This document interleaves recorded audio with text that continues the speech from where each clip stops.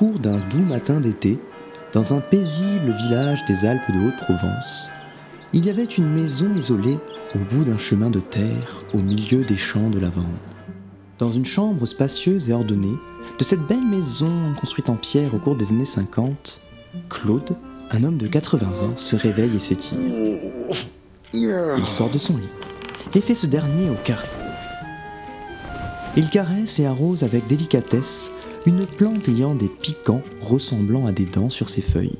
À présent, dans son immense salle de bain entièrement carrelée, équipée d'une grande baignoire, d'un bidet et d'un lavabo en porcelaine, ainsi que d'un grand miroir ancien, Claude se rase avec précision. Soudain, une goutte d'eau tombe au sol. Claude prend un chiffon, se baisse et essuie la goutte. Puis il frotte avec intensité et minutie à la brosse à dents les carreaux du sol de sa salle de bain. Il se lève, prend une grande respiration et sourit en voyant son sol briller de 1000 éclats. Dans un petit dressing, Claude plie ses vêtements et les range soigneusement sur une étagère. Il jette un coup d'œil à ses tenues militaires, qui sont soigneusement rangées, puis s'en va avec un sourire satisfait. Dans son grand salon lumineux, comprenant des meubles massifs des années 50, Claude nettoie la poussière sur les étagères, puis une commode. Il soulève un cadre dans lequel est placée une photo de lui plus jeune.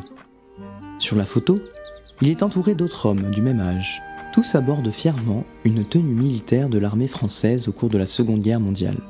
Claude attrape son chiffon et nettoie avec précision le cadre avant de le poser délicatement à la place exacte où il était. Dans une cuisine très décorée des années 50, Claude prend son petit déjeuner avec des tartines de pain beurré et une tisane. Le tout en lisant paisiblement son journal. Il tourne les pages, respire calmement, quand soudain,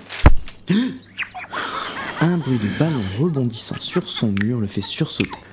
Le bruit du ballon recommence, encore et encore, et des cris et rires d'enfants se font entendre. Claude s'agace, se lève et se dirige d'un pas décidé à la fenêtre. Il ouvre cette dernière, il passe la tête et prend une grande respiration. Non mais c'est pas fini ce bouquin! Les gars pissent de ma maison sur le champ! Crie le vieil homme, surprenant les enfants qui s'arrêtent net et partent en courant effrayés. Bande de sales gosses, aucun respect pour leurs aïeuls. Claude repasse sa tête par la fenêtre.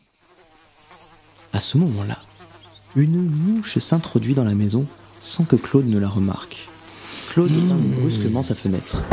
Il se met à marcher en direction de la table et se rassoit, prend une grande respiration et reprend la lecture de son journal. La mouche lui tourne autour, puis se pose sur la table à côté de sa tasse de tisane.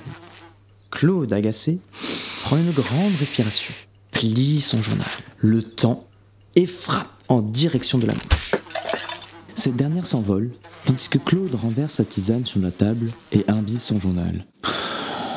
Claude souffle fort et se lève, puis poursuit la mouche qui se dirige dans le salon. Claude se munit d'une tapette à mouche et avance tout doucement en direction de cette dernière, qui est posée sur son cadre photo. Claude lève d'un bras menaçant la tapette à mouche et réalise un coup violent en direction de l'insecte, qui s'envole alors que Claude brise le verre de son cadre photo.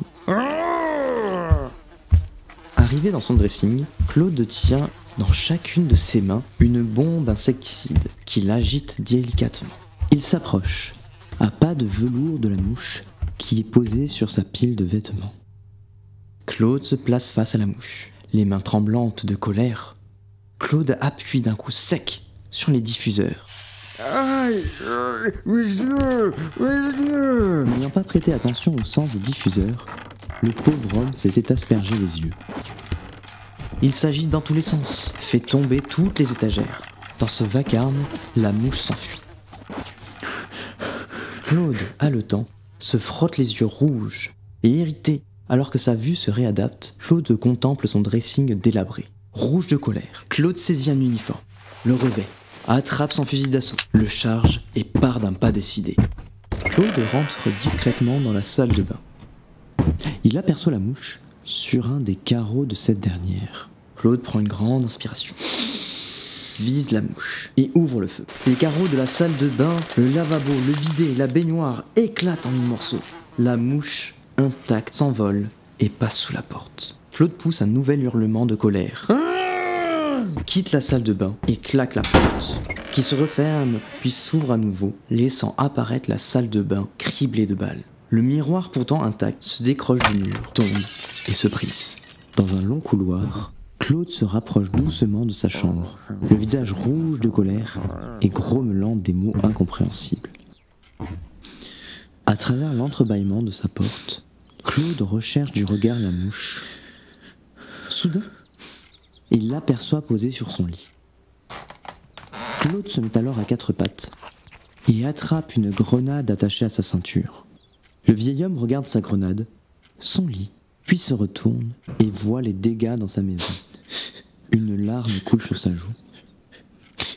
Il aperçoit alors la mouche s'envoler et se poser successivement sur son oreiller puis sa couette. Claude fronce les sourcils, dégoupille la grenade, la fait rouler au sol sous son lit. Il ferme d'un coup sec la porte, se couche au sol et se bouche les oreilles en fermant les yeux.